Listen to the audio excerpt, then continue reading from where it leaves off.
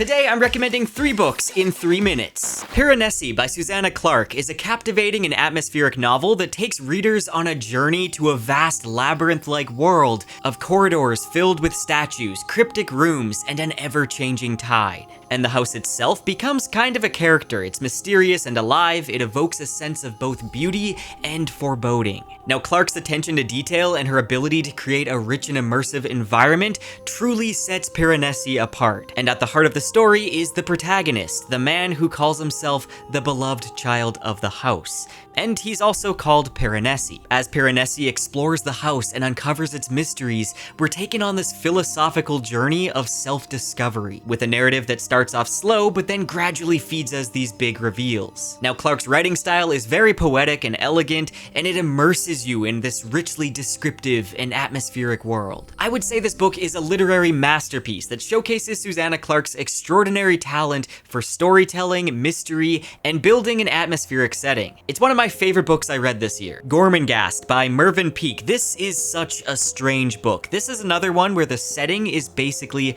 a character itself. Castle Gormangast is an ancient, sprawling castle that stretches for miles. So massive that the inhabitants can't even imagine a world outside of it. It's an endless maze of galleries, a labyrinth of cryptic rooms, dark corridors, endless stairs, and secret passages. From the Hall of Bright Carvings to the Hall of Spiders to a room filled with cats, all the way up to the Tower of Flints, which is inhabited by a great number of owls. The castle is a monster, but the quirky inhabitants are just as odd. They're a mixed bunch of neurotics and eccentrics who follow their endless traditional rituals, which over the years have now lost all meaning. But all that changes when Titus Groan is born, the new heir to Gormangast. Book 1 was published in 1946, and this book is the ultimate gothic fantasy. It's beautiful in a Dickinson or Burton-esque type of way. It has some really incredible prose, but keep in mind it's more about place than plot. The writing is ponderous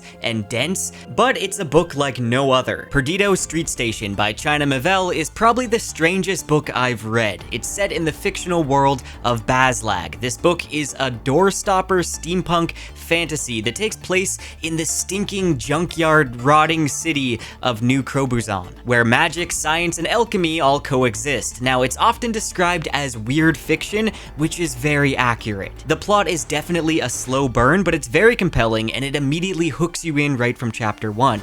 It's filled with deep and relevant themes, the writing is truly outstanding, and the world building is clearly designed by an incredible imagination. If you want something weird, you should read it. And that's a wrap. Links to the books in the description. Let me know if you've read them, and I'll see you soon.